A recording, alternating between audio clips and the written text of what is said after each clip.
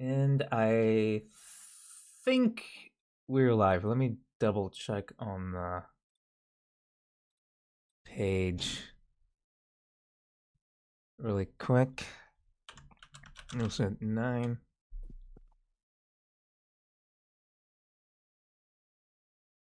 Gotta open this page. Yeah, it looks like we're live. Yep, there we go. Nice, it looks good. Okay, Awesome. let me just take this off, play this music, and open OBS. We are indeed live. Okay, we can get started now. Like always, chat if we have any problems with the audio, because the last episodes were pretty scuffed. So just let me know if we have any issues with like the music or like the voices. So today joining me we have Jen. How do you pronounce your last name? Hair? Her? Hi. Yeah, hair is good. Hair is great. And he's one of our composers for Lucid 9. Specifically, he's done the music for the Heroine prologues. We also shared some of the previews for some of the new tracks that he did on the YouTube channel, so you can check that out. Um, if you want to talk a little bit about the other projects you've done, because you've actually been involved in a couple of visual novel groups, if I'm correct. Oh yeah, so basically I've done a lot of commercial games, and I've done also a couple of game jams. But yeah, so I don't know, perhaps you know me from Bistro Days or Kamifuda, or perhaps even our newest game jam project we've done in this Booktober game jam called This Magical Girl is a Bitch. It was a really cool game jam about a girl getting like magical girl superpowers and taking revenge on the bullies that always been mean to her. Yes, we're actually in the middle of making chapter 2 for this game, so yeah. Nice. I'll also put some of the links down to these projects in the description, because they all look pretty cool. They're really nice. I checked some of them Thank out. you so much. Yeah. Thank you so much. Somebody had a question really quick. I want to ask who made defs for the soundtrack. Oh, that was a different composer. We actually have 5, 6. I want to say we have quite a few. Some of them have left already, but some of them are still on board. But that was done. I think you can check the YouTube channel because we have like the credits for that. I'll also link the like the full soundtrack in the description. But that was somebody else. I always forget who it was. But yeah, if you want to talk a little bit about how you learned about Lucid 9 and how you got involved in the project, and what made you interested in joining? Yeah, sure thing. So basically, I was fairly new to visual novels, and I kind of just wanted to play a couple of visual novels. So I went onto Steam, and I just found Lucid 9 on the Steam page, and I just clicked on it, and basically I was just blown away from the Steam page, that was showcasing the screenshots of the backgrounds and the sprites. And usually one of the very first things for me when playing a game that really come to me are like, how is the style of the game? And it was just really something about the game that pulled me into playing it. And when I played it, yeah, I just had a really great time, and I really liked the music. And I don't really remember all the details after that, because I think it's been, how long now? It must have been 2018 or something. But I remember joining the public Discord server and sort of just like asking, hey, I like your game, can I join? And yeah, that's basically what I did. Yeah, like I told the others too, like, well, the first thing that drew me in was like the art style and stuff. And Dizzy was like the main thing. I think we had the male sprite artists a couple of months after that. So it was mostly like Dizzy's art style that like, yeah, this looks really cute. I really like the art style. Well, I want to join.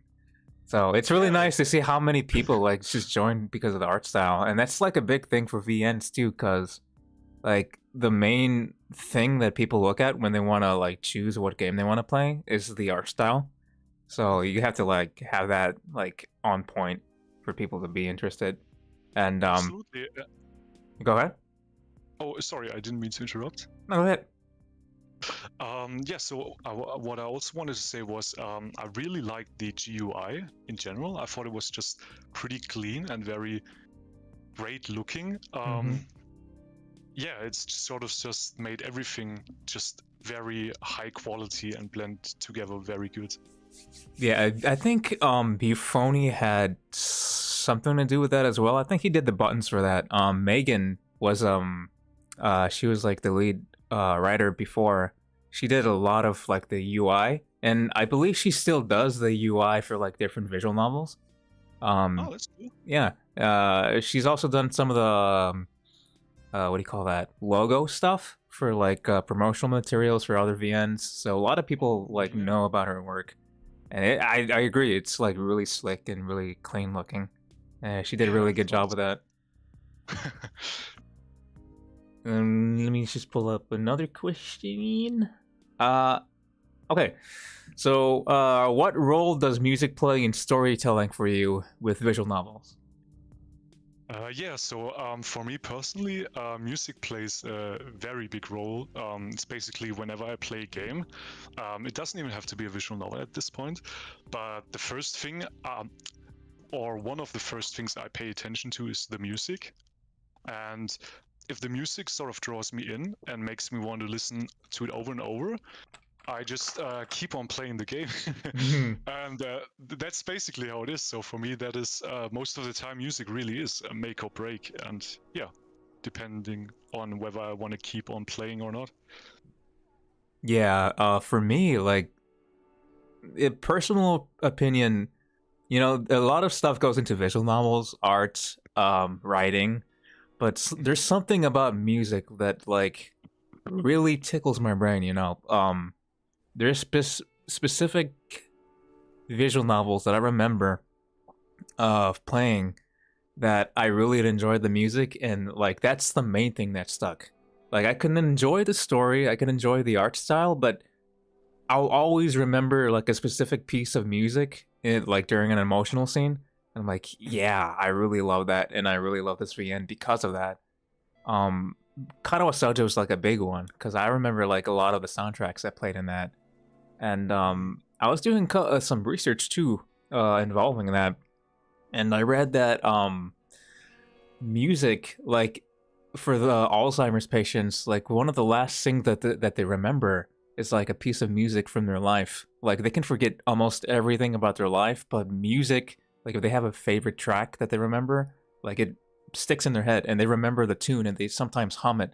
So that's why, Wow, like, yeah, it's really interesting. that's huge. Wow, And it's like crazy. when they try to like treat Alzheimer's patients, they have them like play music because it helps like keep their brain like remembering things. So that was a really interesting tidbit that I learned, and it was pretty cool. Oh yeah, that's awesome. But So when yeah. you said specific scenes that stuck in your head, do you have a oh was it Karawa Shoujo then that really which scene from Karawa Shoujo was it where the music really stuck in your head? Ooh, I would say I'm trying to remember. I think from Haneko's route. It was one of the more um like emotional soundtracks. I'm trying to remember the specific one. I always forget the names. Let me check really quick. Katawa Shoujo. I actually haven't listened to it in a while. I need to get back to that. Yeah, the soundtrack is really good. It's pretty. They have quite a few soundtracks too. Hmm. I'm looking at the list right here. Oh, with Sona, like the theme of that was pretty good too. I really love that one. Oh yeah. Oh, there Yeah, it that's is. awesome. Painful History. That was a soundtrack that stuck in my mind with that game. It's usually like the more emotional ones that like stick to my head. Oh yeah, I feel that. I love emotional music. Okay. Third question. How do you approach composing different genres of visual novels? So like romance, mystery, horror. Uh, that's actually a very good question. Because it's hard to explain, but let me try to at least. So basically, when I work on a project, I usually ask for references. References, artwork, anything that can help me get a clear picture of the game. And when I read through the scenes, listen through the music reference and all that, I sort of start getting into the vibe atmosphere. And when I'm in that vibe, I get to work and really try to capture it with the music I make. So it's more of like it's really hard to grasp, but that's basically how I do it. So with the vibe thing, is there anything like, do you get yourself into the mood? Like, do you listen to certain soundtracks that inspire you, or do you like play games that you feel like is kind of like related to what you're doing? Yeah, so it's when when working on a game, usually the director and we talk about like which tracks could be fitting. So me and the director, depending on how much the director already has a direction, we both sort of like just look through music that really fits for the game. And once we like sort of narrow it down for a couple of references for every scene or every theme we want to have, we sort of compile a asset sheet list. And there are all like the tracks listed that are gonna be in the game, with the mood, with the instruments, and once that is narrowed down, I sort of just like listen to those tracks over and over and just read through the scenes and look at the artwork if there's any of the game. Sometimes there's already like a short build I can play through, and that sort of just like really helps me to get into the vibe and start getting to work on it. Hmm. It's pretty similar to like the writer's process as well, because I know when I was writing some of the bits of Lucid 9 and like the first part, usually what I did to try to get in the mood was look at the artwork and listen to some of the music. It's always like if they had a soundtrack finished for a specific scene, I would always play that in the background and like write the scene. So it's pretty Oh, that's cool. interesting. Yeah, it's pretty interesting to um like what was the word I'm looking for? Like write stuff while like looking at all these moving parts and see how they fit together in real time. Yeah. So yeah, that was pretty interesting when I was writing stuff. Somebody had a question really quick if you'd like to answer it. Uh as you question to Jan by Unknown Distraction. As you are the new composer for the sequel of Lucid 9, was there any prompts you could use, or did you make the music based on the vibe of the moment in game? I guess you answered this a little bit in your question. Um, could you clarify with prompt? I didn't understand that entirely, I think. I guess yeah, I guess they mean like just like the writing stuff, like Oh, yeah. yeah. So basically, yeah, that's basically how we did it with Lucid 9. I read through like the text passages or where the music would take place, and I also looked at the backgrounds and the sprites and sort of like just try to get as much information around me until I feel like really confident to convey the mood. Hmm. Okay. What was the other question I was gonna ask? Okay. This kind of ties into that. What are your sources of inspiration when creating music for visual novels? Is there like a specific like soundtrack that you love listening to, like really puts you in like the creative mood, or? Oh, that's actually very funny because I'm a very visual guy, so I get heavily inspired by artwork, sketches, and backgrounds and such. So it's not really, or it's also the music, but I think most of the time it really is like what I'm seeing. which just makes me want to create something to it. Yeah. Yeah, it's I'd say it's really like 60-70% visuals, mhm. and if the visuals are missing or if there's not enough visuals, I also like try to look up visuals. Um, yeah, that sort of make me picture the scene. Yeah. It's like especially when you work with visual novels, it's like a lot of visual like visual stuff. Like you want to like really dive into like the art and um like the UI, and it really gives off like the vibe that you're going for. So I can see how it can be a little difficult to like write stuff without that kind of like reference material. So yeah, that's interesting. I found it really interesting when you said that you get heavily inspired by the music, because it's sort of it's sort of like a back and forth. Like the musicians, they get inspired by the writing, by the art, then the writers again get inspired by the music. It's sort of like a Hmm. cycle where everyone just it's awesome. Yeah, it's a self like feeding thing. I actually Yeah. asked a couple of writers too, like what their thoughts on that was, and usually they tell me the same thing, that they play the soundtrack in the background. Oh, really? Hmm. Oh, that's awesome. So the next question, do you collaborate with writers or other team members during the composition process? And usually, how does that collaboration work exactly? I'd say that heavily depends on the type of project. For example, when or generally, I always love to hear everyone's opinion on the music, because I think it paints a very broad picture of how people are perceiving it, and I really like to get like everyone's feedback on it. But that being said, on commercial games, I mostly communicate with the project leader, and they provide me the information such as references, scene previews. But I totally understand that, because just everyone on the team there has a busy schedule, so it's just way more efficient and also easier to coordinate if one person makes the decisions.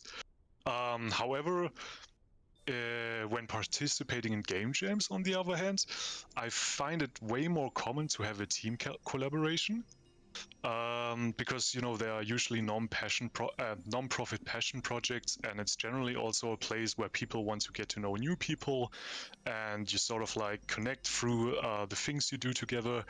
And yeah, I think therefore it's a way bigger collaboration flow, if that makes sense. Hmm. Yeah, usually when you work in these kinds of projects, you want to like try to get to know the other people as much as you can, because it's like if you have a lot of people working on the same thing, the main issue that you might face is like conflicting ideas. So like the writers might want one thing, while like a composer might have a different idea of what direction they want to take that, despite like some instructions. Because even though the writers give like an outline of what they might want, the composers have like, of course, creative freedom to take wherever they want the track to go. So there has to be like a middle line. And I think like making sure that you have that communication with other writers, it kind of like makes sure that everything is streamlined and everybody's on the same page, and makes the process way, way easier to do. Yeah, absolutely. I also think that everyone, sometimes people, I feel like they're a little bit hesitant to state their opinion, because they feel they don't want to upset other people, or they feel like their opinion may be like wrong, which totally isn't, because I feel like everyone's output or input in the project is just so highly valuable. So I really appreciate it. The more, the merrier, Mm-hmm. Yeah.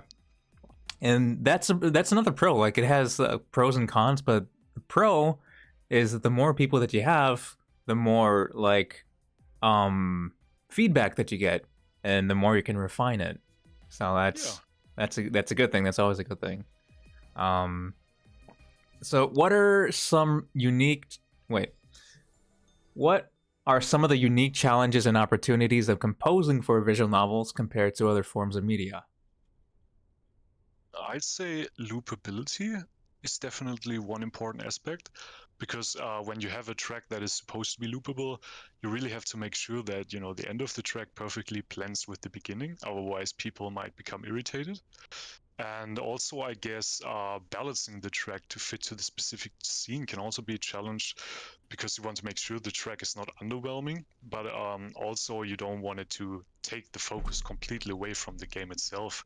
So it's a fine line you usually have to balance in those in visual Hmm. novel games.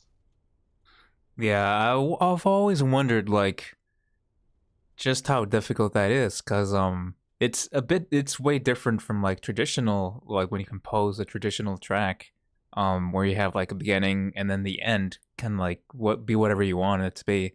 But when it comes to like visual novels, you have to make sure that it loops correctly with um like the scene, and that it's not too jarring.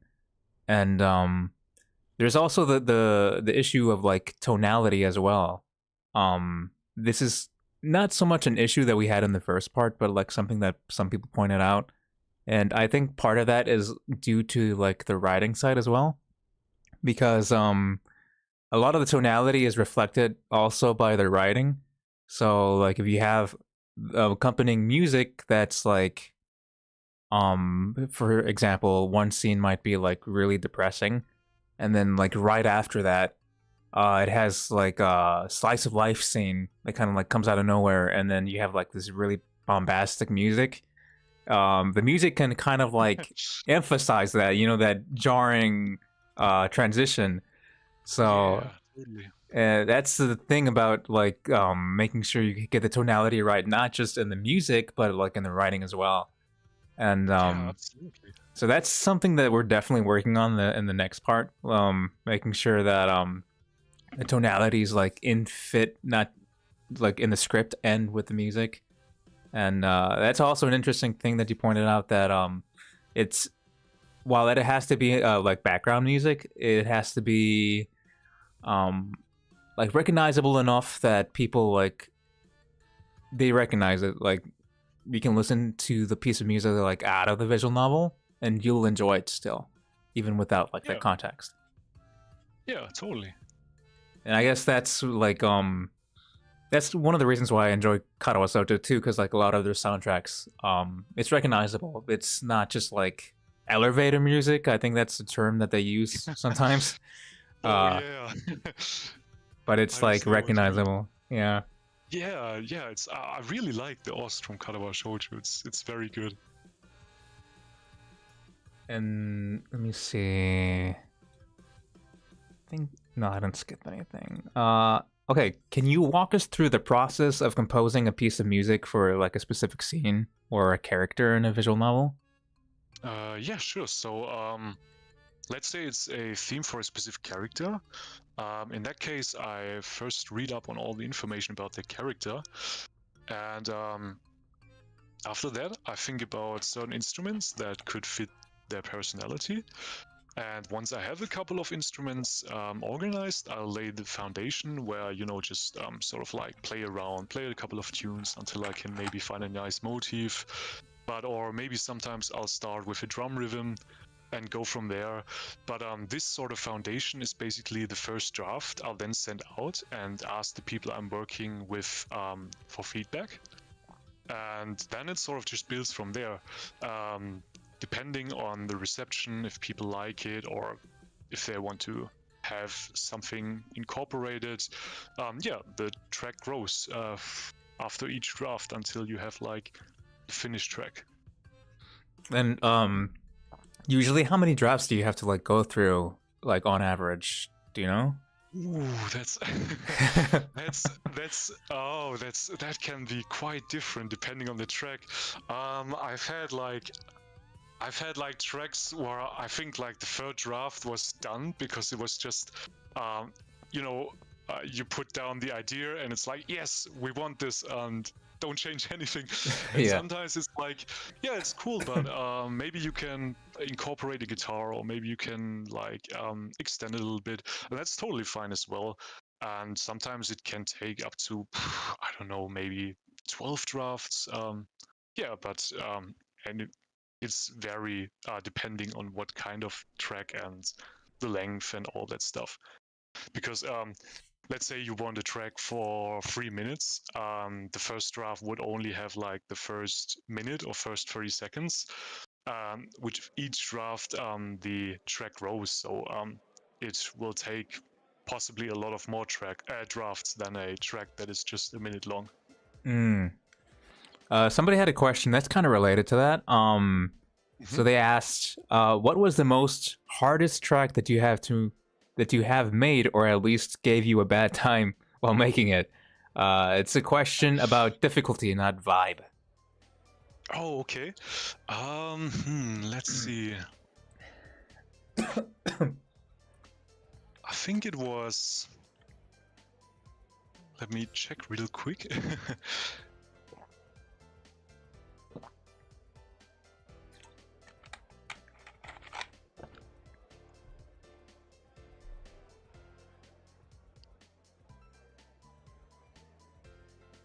Yeah, I bet. Yeah, I think.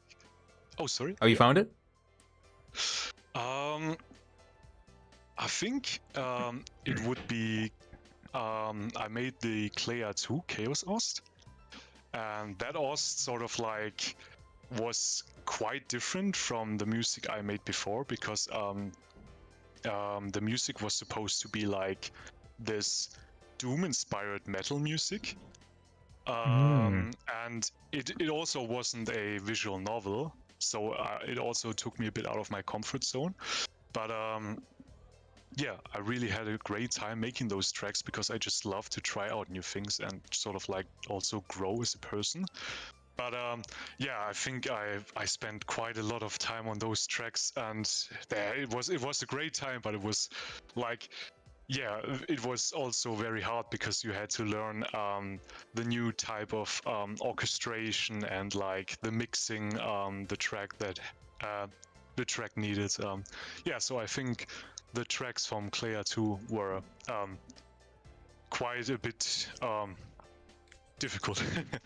Yeah, and it's also like instrumentation too, I bet, because it probably uses like different instruments. Because I know, like in some visual novels, they might use, or they might opt in for more subdued. I want to say something that's not like really over the top, because like something like you're not playing like dubstep usually, like in a soundtrack for a visual novel, unless it's like a really like big scene that you want to like emphasize. But Yeah. I assume it's kind of like that. Yeah, it was just I think it was we had like choirs and like guitars and rock drums in it, and yeah, it was just totally different, because before that I usually made like sort of like beats with violin and light orchestration, and I never really tried out those intense big orchestration. And yeah, but I had an awesome time. It was great. So, how do you use music to evoke emotions in players? I assume that a lot of that is to instrumentation. I think a lot of that like plays a part and like emotional. Yeah, so there are some general rules that can really help you to understand music and how to achieve certain emotions. For example, one important aspect is tempo, because a slow tempo, can evoke sad or romantic feeling, while a fast tempo can make the player feel excited or tense. And then you also have harmony and melodies. So let's say if you wanted to create horror, you can use very dissonant chords or intervals in your track. And if you want the track to be perceived as bright and cheerful, you can compose like melodies that are simple, easy to remember. You can sing along, maybe throw in a couple of arpeggios. Yeah, and also instrumentation, because yeah, depending on the genre, you need to have the appropriate instruments in place. And these are the few foundations you can always start out with to make sure your track is heading into the right direction. But also, I think it's important to keep in mind that the examples I mentioned, they are a very oversimplified way of looking at it. because music is so much more than just ticking off a checkbox of Hmm. things to do.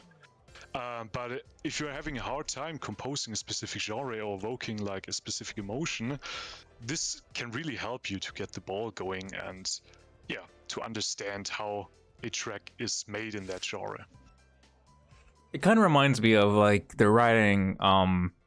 For writers, we have like an outline that we sometimes follow called the hero's quest, and it kind of like Oh, outlines like the progression of the main character, and it kind of gives us an idea of where to take the story. Um, oh, and I heard about that. yeah, it's that what you said kind of reminded me of that because it's like an outline that we can follow, but the execution can be different. It doesn't always have to like follow that, you know. We don't have to like check like every box that outline gives us because if we did that, it'll come off really stilted, you know. And Yeah, absolutely. I bet it's the same thing for music because like if you follow like the rules like to the letter, you won't have like that emotion evoking like um um the evocation, you know. Um, you want to have like something unique to you as a composer rather than following the outline to the rule and not experimenting. And that kind of reminds me of like the writing side. Like you have to like experiment a little bit to get a feel of where you want to take the story. um Also, a question that I had, like, I know in the writing side when we write, usually the characters kind of like take us in a direction that we didn't initially expect to take them. So kind of like it's a bit different from like what we planned. Does that happen when you compose music? Like if you have an idea in your head, but while you're composing, it kind of like takes you in a different direction than you had initially? Oh yeah, actually, that's yeah, absolutely. Sometimes, I mean, that's again the thing. Oh, like when we talked about the emotions, you have the ground rules, you have the general idea, but sometimes it's just you create something and you just feel like that it's special and it's just it still fits. It's not like 100% like you narrowed it down and wanted it to be, but yeah, it's just yeah, it's just something about that piece and that makes it even more special. So I have that quite a lot of times, and if that happens, I usually ask like the project leader, hey, what do you think about this draft? I know it's sort of like doesn't check the references 100%, but I think like it could give the game a very unique sound. And yeah, and then we just go from there and see if the director likes it. But yeah. Oh, somebody had a question. What is your most preferred instrument to work with? To be honest, I really love to compose piano pieces. Oh, I love piano pieces. Yeah, it's as a child I grew up playing like piano, the drums and saxophone and yeah. But I just feel like the piano is yeah, it's the keys and the Mm-hmm. lightness or the hardness of it depending on how you play it. It's just yeah, it's just can be really elevating. Yeah, I really love the piano. Yeah, me too. When I joined Oh, the project, um, back in quite a while ago, I actually asked Dia, like the previous head, if it would be okay for me to like make a couple of piano pieces because I played piano, and ah, that's cool. that was during my high school years, I believe. But back then, my piano skills weren't really up to par compared to like other like composers. So I'm like, yeah, I'll probably just sit this one out for a while. Uh, but I really love piano pieces, and especially, I guess that's one of the reasons why I really love Katawa Sojo because a lot of their Mm, soundtrack is like piano. Um, yeah, it's so and good. that's also like one of the reasons why the pieces the first part of Lucid 9, my favorite one was what was it called? Emotional. Wait a minute, let me check really quick. There's so many pieces that I forget. Lucid 9 OST. No, that's not it. Where is it? Here it is. The track is called Melancholy. And that was mostly, yeah, that was mostly like a piano piece. And it had a couple of different versions of that. But that was like my favorite one because it was like mostly piano centered. So, yeah. That's cool. But I love piano. And I've been trying to learn that too. So, what was the piano like the first instrument that you learned? Let's see. Oh no, when I first started learning instruments, I played like in a sort of like school jazz band sort of thing. And way back then I played like the baritone. I don't even know if people know that instrument, but it's not like the tuba, which is very big. It's sort of like a little bit smaller, but still like huge. And whenever I took it on the bus, everyone was really mad at me. Yeah, but after that, I sort of switched over to trombone. And I also picked up the saxophone a little bit. And I think I sort of just like went from there. And sometime, I think it was in my teen years when I started playing the piano. I always wanted to try out like the cello because I think the cello is also beautiful, and I love making music with cello and violins, especially when they combine with piano. But to be honest, cello, violin, that takes some dedication, man. Yeah. I don't know if you know the band One Republic. Do you know them? Yeah, I do. A lot of their early songs they use like piano and cello, so I think you really love like their songs and when they first started making music, because that's like most of their instrumentation. Oh, I'll have to check out the older stuff. Can you send me a couple of tracks? Oh yeah, totally. I'll do this. I'll do that after like the interview. Awesome, thank you. And I think somebody had a question. Did they? Oh no, I think we answered that one. Okay. So the next one. What software and tools do you use to compose music for visual novels?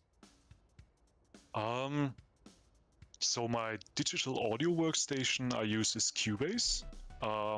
Because I really like it for composing. It's just really cool.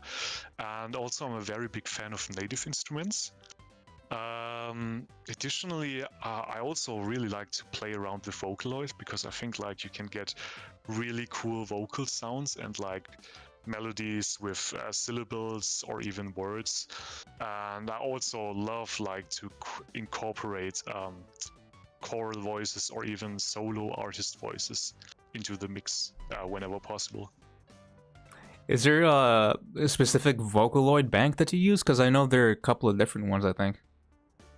Yeah, so I have the standard one with I think like Amy and Ken and the 4 standard voices, and then I also have Micah Haim, I think it's called, and yeah, I think it's like a very cute voice. I really like that voice. Have you used them in like different projects, or are you planning to like do that in the future with other stuff? I think from the projects that have officially been released, in One Final Moment of Clarity, that was also a game jam game, which had a sort of like horror ambient tracks mixed with lo-fi beats, and in the lo-fi beats I oftentimes put in Vocaloid melodies that I composed with a sort of like a couple effects on them, and I really think they complemented the lo-fi-ness. And I'm currently working on a new asset pack, and I really want to include some Vocaloid melodies in there as well, because I just love vocal melodies. Kind of tying into that, this doesn't exactly answer the question somebody had here, but would you say that it's more difficult to work with like programs or like native instruments like piano and like guitar and stuff? Oh, okay. I think there might have been a miscommunication on my end when I meant Native Instruments. I was talking about the company Native Instruments. Oh, okay. Yeah, I Yeah, know what you're my talking bad. about. Yeah. Yeah, basically they do a lot of virtual instruments, and yeah, I just really like them. Personally, I don't really record like how do you say like artists because it's often a matter of finding or renting a place, and like Mm. um, yeah, it's very costly, and usually, especially in indie dev, you don't really have that budget to do that kind of thing, which is a bit unfortunate. Yeah, it's like the acoustic plays a big part in that, right? Like you have to have the right setup in the room and make sure that you don't get any like floor noise. That's what we use in like voice acting terms. Um Yeah, absolutely. And yeah. also, one big thing is it's also like set in the ground, because when you record it, that's basically it. You go home with the melodies you have, and there's no room for, or very little room for changing things up, changing the Mm. instrumentation, changing the melodies, because every change you do means like another, yeah, it's gonna cost again. And that's also a thing which is very hard to calculate when people sort of like ask you how much do you charge for a track. So it's way easier to give an estimate if you produce that digitally. Mm. Yeah, I had a question in my head and it completely slipped. Wait, let me try to remember. Oh yeah, so yeah, that's usually, and I don't know if big visual novels do that. I don't know if that they probably do it mostly digital, but I know in the gaming industry, like for AAA games, like trying to think of one like Near Automata, by Square Enix, they usually have like full like orchestras like making the soundtrack for the music. Oh So you yeah, have to have like a really big budget for that kind of stuff. Um, yeah, absolutely. but I don't know if I should probably look into it because I don't know if like any big visual novels like do that. I think they mostly do like digitally because it's also like you said, it's easier to like refine stuff. Like if you need to fix anything in the mixing, you can like do it right away in a Yeah, software program. yeah, true. Um, what advancements in technology in music technology are you excited about incorporating into your work, if there's any? Ooh. To be honest, if I'm being completely honest, I'm not really happy about the things that are currently happening, because yeah, because I feel they're heavily about AI and generating music, Hmm. And personally, I just really hope that this whole AI hype will fall off, and that people, they just will continue to value the art an actual human being is putting out. Um, so yeah, I would like to say, hey, there's some cool new music technology, but every time I check, it's like, oh, hey guys, now we're able to generate generic music, and I'm like, great, yeah, that's what everyone wants to have. Oh man, yeah. Yeah, we can have like a whole separate episode for AI because I've actually been Yeah, researching into that for a while, and like it's like crazy. We're it living is. in a Ooh, science fiction dystopia. I Um, know, right? I think there's like some really good uses that AI does, but there's also like when it comes to like creative stuff, like you're walking a very fine line between um using it for good and using it for bad because if you Absolutely. completely replace like the artist from the process, what's the point of like doing it in the first place, you know? You're just gonna, Yeah. even if the technology gets to a point where it's like indistinguishable from human hands, the fact that it was like made from a computer, it doesn't like, you don't really click with it. It might be good, but it's just there's something missing about it, you know. Um, Y- you had something Yeah, to say? I feel like people, they often also like people that are using this and think like, hey, I'm saving a lot of money here. I mean, I can totally understand that, because game development is very expensive and often you have to pay a lot out of your pocket. But the thing is, I think what people are really not looking at is that yeah, it's basically just content without a soul behind it, and that doesn't make it interesting whatsoever. Um, yeah, so So how I do you feel like sorry, how do you feel about using it for like inspiration rather than replacing the artists like 100%? If that I feel, to be honest, I feel like there will be a point where it'll be inevitable for artists to use AI, because let's just say, I think like in when you do graphics professionally, you can easily now, you know, like make the background a certain color, and before that you had to like crop out the image, you know, and it would take you a lot of more time. So there is definitely good uses to it. The thing, I think what I'm trying to say is, it's still important that an actual person behind it is making something and has an idea, and sort of like brings this idea to life, instead of just somebody writing a prompt and saying emotional orchestral music, and then you get like 3 minutes of emotional orchestral music. Yeah, and it's kind of like related to what we are discussing earlier. When you're making something, you have an initial idea in your head, but as you work on it, it kind of like takes you in a different direction, and that might like make the track even more better. When it comes to like putting a prompt in, you don't really get that. You kind of like skip through like that process, and you don't know if you're gonna have something better down the line while you're making it, because whatever you put in, you pretty much like get out, and you don't really like feel that process, and you don't feel the creative juices flowing, and that flow state. And I think that's like an important thing to like to have as a creative. It kind of, it's like a source of happiness, you know. You want to create stuff and you want to feel that process, rather than writing in a prompt and having it like spit out something. It's just like you don't really feel that. I do think, like, personally, one of the good uses of AI is you can use it for like inspiration. Like you're trying to figure out how to like go about a certain scene. You're not quite sure. You're like, okay, give me a couple ideas, and I'll toy with that.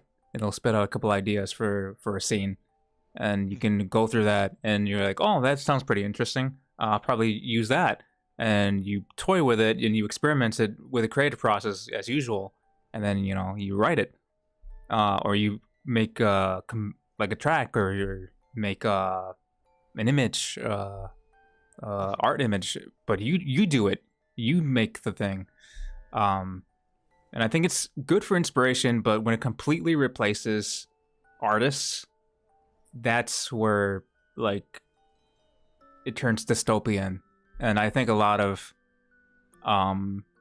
big businesses right now are like trying to do the latter, where they completely replace their employees rather than having them use it as a tool.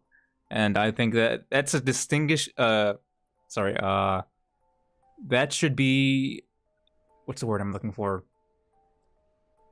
That should be what distinguishes, using it for good purposes and for bad purposes, whether it replaces someone or like it's a tool.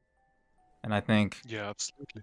I think at the end of the day, just like you said, I think the debate, a lot of it comes down to how you perceive games, or let's say music or art, because some people, they just perceive it as something like, you consume, and then you get to the next thing and you consume that. And some people, they really see it as like art, games, they are art. People, they have made this over years, they are trying to convey something here. And it's depending on where you stand, I think you have a different perception. But personally, I always, I think that the art is basically the thing that is making people play it. And I think that what a lot of industries are trying to do is basically a false friend, because it ends up that you have games that, how do you say, I think they don't they come up with games that are not like enticing to play, if you know what I mean. Yeah. And it's kind of like what you said. It's different depending on like who you ask, and it's also like a cultural thing too, I think, because if you look at like the economies of different countries, it's of course different. I think like mostly in countries that like see art more like something to be consumed, like here in the United States, like the artists here are like treated very poorly because a lot of people think that it's easy to do, and it's just like a means to an end for making money. And honestly, it shouldn't really be that way. And I think like in countries that are more like not so much financially stable, but like views art more as like an artistic expression and something that's not there for people to earn money, I think they might see it differently. Yeah, totally. But yeah, it's usually, I think a big thing is like money. Really, it's all really what it boils down to is like money, because Yeah, like they absolutely. want to save money. The artists need to make money to like so they don't starve, and we're gonna see pretty big changes in the future, I think, when it comes to like AI stuff. But whether that's a good thing Yeah. or a bad thing, we're just gonna have to wait and see. Yeah, But, absolutely. Yeah, I also I didn't know. I'm not sure if it came off as, but I don't mean to bash anyone that is like using AI or that genuinely believes, hey, AI is something that I think works for me. Personally, I just don't think it's gonna be good in long term. But mm, yeah, I in no means I'm here to judge other people and how they're working. I just really hope that in the end, art will still remain to be pursuable as a career, and not mhm. something that will be just sort of like tossed around because everyone can do it. I really hope that won't be the case. Yeah, and it's a really hard process because like people spend years trying to perfect their craft, and um, just for like something to come up and like completely replace them, of course, people are gonna have really strong feelings about that. Um, Yeah, totally. and I think there's also like at the other end of the spectrum where people might be a little bit too afraid about it because if they don't do enough research, like if you do more research into the topic, AI is not like it's just something in this field, in the creative field. It's something new in this field, but it's been around for a very long time, and it's like it's been used really well in like the medical field, where like it Yeah, sparses through a lot of information to find like diseases and find cures, and that's a good thing. It's just like absolutely.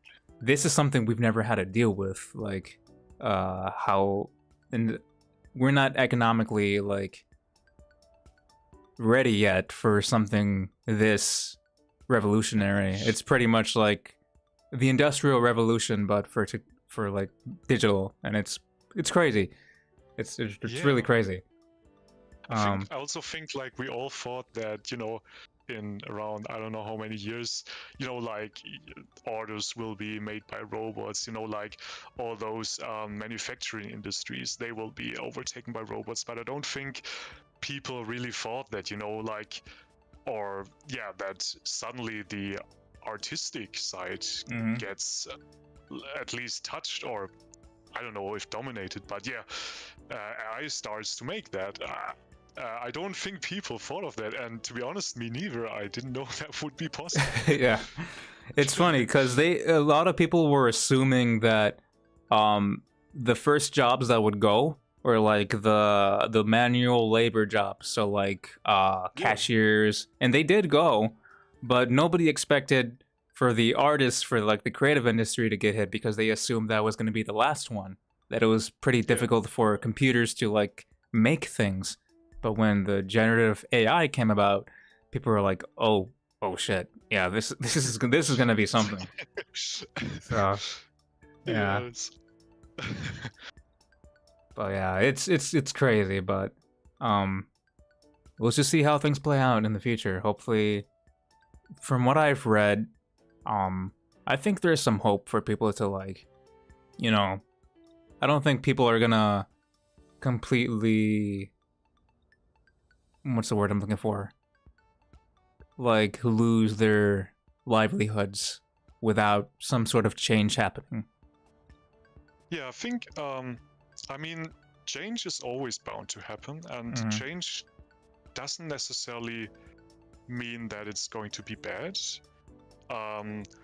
A lot of times, people, including myself, are just afraid of change because it's something you didn't have or experienced before, which is totally normal as a human person to then be afraid. But yeah, I think I lost my train of thought. Okay, so let me ask. We're closing in on an hour already. This pretty quick. Oh yeah. So somebody had a question. I'm gonna ask you to answer that, and then if anybody else has questions in the chat, be sure to say so right now. And after that, I believe we can go ahead and like close the stream. But this person asked, what inspired you to make VNs, music for VNs? I'm not sure if you answered that or not already. That's a good question. To be honest, I think I just sort of like found people that sort of like, how do I say this? So basically, I didn't start out making music for visual novels. I first, when I was very young, I did like beats in the style of hip hop and trap music. But I think it was like DDLC, which was among the first visual novels I got to know. And also there was like this huge DDLC modding group. And yeah, people were making mods all over the place, you know, like continuing the story, adding on to it. And yeah, at that time I was also very new to music, and I only had like experience making hip hop beats. And I just sort of like got in touch with the people and asked, hey, I make music, any chance you need music for your projects? And it sort of like went from there, because after that I sort of like found out people that made visual novels on their own, and we sort of like connected, and yeah, that's sort of like how everything came into place. So it's like mostly it's just like networking with a whole bunch of different people like in the field. uh yeah, I'd say that. I you kind of answered my question. I actually had one. So would it be safe to assume that Doki Doki Literature Club is your favorite visual novel? um I'd say it has a very special place in my heart. I wouldn't say it's my favorite visual novel, because I think among one of my favorite visual novels is definitely Danganronpa, which I played after DDLC. But yeah, just the whole feeling, the past. I remember like when I played the game and how I felt at that time. It's just a very special place in my heart, and also like the people that when I early started making music for those mods, and then later on the first visual novel projects, just like the heartwarming support and like the helpful and nice people I got to meet along the way. I'm just very grateful for all of that. So yeah, that's why DDLC, and you know, like the background, basically my musical background at this point is just yeah, that's just a very big place in my heart. I really need to play that because so many people know about like Toki Toki, and I haven't tried it, but I really should get to that. I know one of the writers, like they're like a big Doki Doki fan too, and oh, okay. yeah. So you might have a lot to talk about with him once we get started again. But yeah, it's great. But yeah, thank you for joining today's podcast live stream. Thank Thank you you so to much for having me. yeah, it's really interesting to learn a bit about the music because I wasn't too familiar with how the process went about. Mhm. Even though I worked with like composers before, I wasn't sure how like things were in the finer details. So really interesting to learn about that. I'll be sure to put your socials in the description so people can find your music and your other projects Thank that you. you're involved with. Um, Thank you to everybody who joined the chat today. I'll be sure to make sure that the future live streams, like this one, hopefully isn't as scuffed. I think it went pretty well today. And I'm not too sure if I want to make another live stream. I think we have one more week, so we might be able to do one with maybe a couple of more people. I'll have to see. So I'll let everybody know in our socials whether we're gonna schedule one or not. But be sure to check out the Kickstarter if you haven't yet. We're really close. We're 75% of the way there. I was not expecting that, and you guys are That's really amazing. huge. Yeah, Wow. it's crazy. So thank you all for that. Thank you all for the support. Even if we don't like reach it, like I can't thank you guys enough for all the support you've given us so over the years, and hopefully you guys continue the support. Um, so thank you all, and we'll be sure to catch you in the next live stream. Bye bye. Bye.